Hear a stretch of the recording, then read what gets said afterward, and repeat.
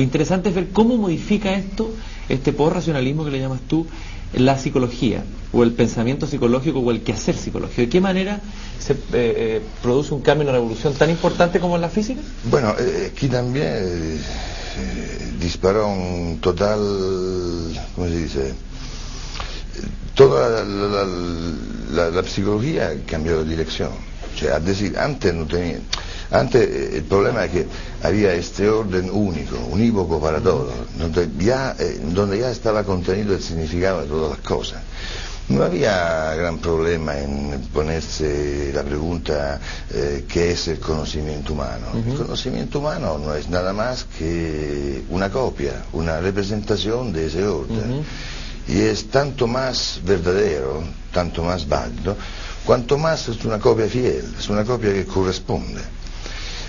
Tú piensas, en el momento en el cual hay un momento en la historia, ¿no?, que nos damos cuenta que ese orden así único no existe, que hay un continuo fluir de, llamámoslo, estímulos, ¿no?, de percepciones, de perturbaciones, y en este continuo fluir uno puede distinguir todos los órdenes que quiere. Como diría Humberto Maturana, cada orden es dependiente del observador que lo está mirando. Si la realidad se vuelve a ser esta, es no única, entonces el tema, ¿cómo es que nuestro conocimiento es estable, regular? Y si no es una copia de una realidad, ¿qué es?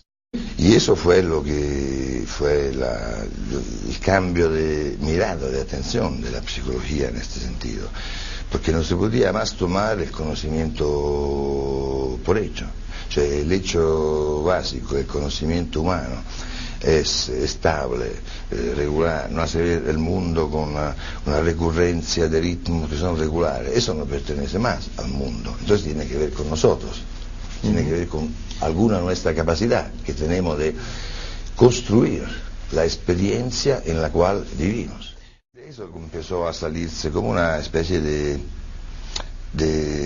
constatación empírica, ¿no?, que los pacientes tenían una, ¿cómo decir? Los pacientes, nosotros, teníamos una sorta de autoorganización, que cambiábamos, sí, empujados por las circunstancias de la vida, pero seguendo nuestra dirección y manteniendo siempre la misma dirección. Y eso no se sabía cómo explicarlo. Hubo todo un periodo que era algo de empíricamente percibido, que no tenía ninguna respuesta, ninguna explicación posible, porque todas las teorías que teníamos a disposición decían lo opuesto. Decían que todo el conocimiento humano era una copia del orden exterior. Entonces, si uno modificaba la manera de ver este orden exterior, se modificaba el conocimiento de consecuencia, y según la dirección.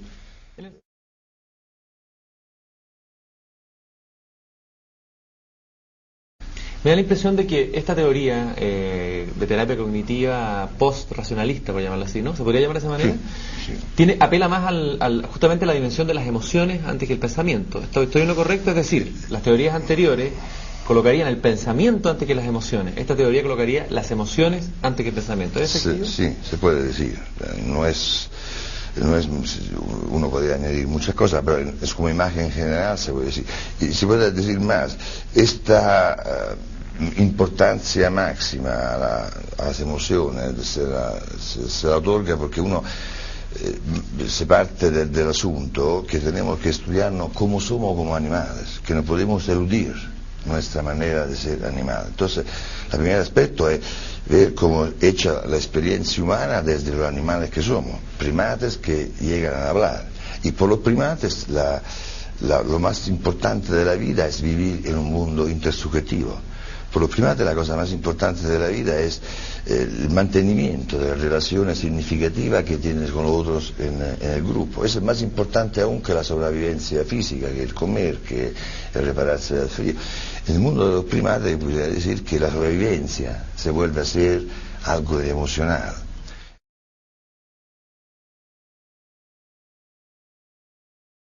Pero esta emocionalidad, tú la defines como cercana al animal, pero la emocionalidad humana no es específicamente humana, no es algo históricamente que tiene un origen y que forma parte de lo propiamente humano más que lo específicamente animal. Sí. Aunque también sí no podemos dejar que partimos todos con seres humanos de una base, no, somos primates, no partimos, somos todos efectos primates, que tenemos una emocionalidad como repertorio genético, que es la emocionalidad de un primate. Después, ¿qué ocurre cuando en esta emocionalidad se va a disparar algo de increíble como instrumento evolutivo, como el lenguaje humano? Que implica un distanciamiento. Sí, cómo el lenguaje humano después reorganiza esta emocionalidad y cómo la desarrolla, dándole una articulación de emocionalidad, de sentimiento, que alcanza una complejidad que seguramente no se vio en ninguna otra.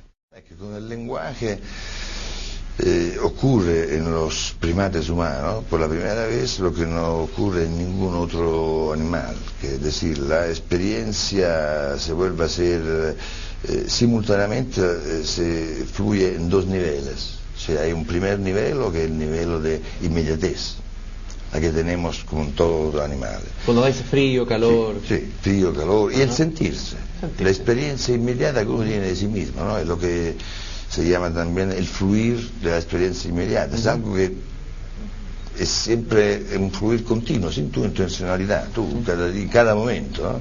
Tienes un sentido de ti mismo que es corpóreo, perceptivo, que puede ser también comodidad, incomodidad, sí. Estar. Y no tienes que pensarlo, no tienes que... obviamente, lo tienes ya por hecho. Y un segundo nivel que es el constante tenerte que referir cómo te sientes y explicarte. Después estás incómodo en este momento, tienes que percibirlo. En el fondo, automirarse, ¿no? Sí, tienes que percibirlo, tienes que referirte a este momento, a esta mañana, que ocurrió esta mañana cuando no estabas incómodo, ahora que estás incómodo. Al pasado, al futuro. Y esta es la clasificación que nos hace el lenguaje, que nos hace reexplicar o nos hace reordenar nuestra experiencia inmediata. La conciencia nace por el lenguaje, por la capacidad que el lenguaje nos dio de destacarnos, ¿no? De la inmediatez de la vivencia.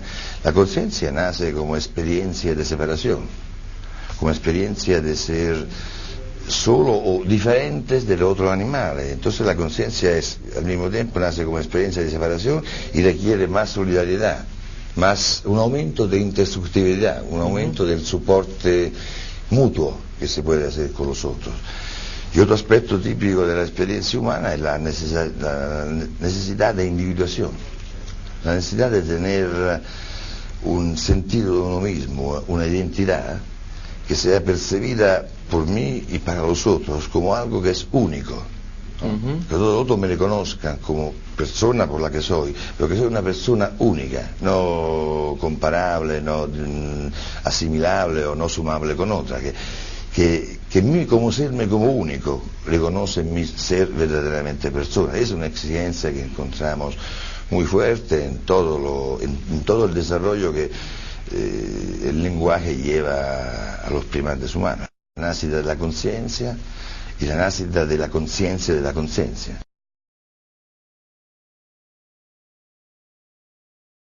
Prima de todo, el paciente es siempre visto como una persona singular, que no hay otra copia, es un experimento único de la naturaleza en cada persona. El terapeuta no tiene más esta posibilidad de ponerse en un rol de que él tiene la certeza, la solución justa para cada problema. Es uno que hace parte del campo de investigación, no se pone afuera, y la única cosa que puede hacer, y esta manera se estudia todo tipo de relación terapéutica, es llevar el paciente a comprender y así hacer que él, el paciente, se pueda reorganizar su regla de funcionamiento. O sea, no es modificar, digamos, la realidad del paciente, sino que, digamos, no modificarla totalmente, sino que el cambio encuentre una... El cambio es entendido de esta manera, que no es que se cambia personalidad, no es que se puede cambiar, que uno se vuelva a ser otra persona. La unicidad de la identidad coincide también con la unicidad que tiene cada historia de vida. Cada historia de vida es única y no puede ser borrada o algo así. Puede ser reorganizada. Lo puede ser reorganizada por el paciente, en cuanto el paciente pueda conocer cuáles son los mecanismos, la regla con cual él se construye una experiencia del mundo y un sentido de sí mismo. Cuando él empieza a manejar esto, él tiene también la posibilidad de reorganizarse su aspecto de hacer consistente la experiencia. Pero lo importante es la diferencia con la terapia racionalista, es que lo haga el paciente. Cioè, la terapia racionalista son casi toda terapia persuasiva, ¿no? Que intentan convencer. Eso vimos con los años que no lleva mucho resultado. Lo que lleva más resultado es cuando esta reorganización, darse cuenta de las reglas que gobiernan, que dirigen su manera de... Lo hace el paciente. Cuando el paciente llega a ver esto, ya el verlo le produce una experiencia de sí mismo nueva, diferente.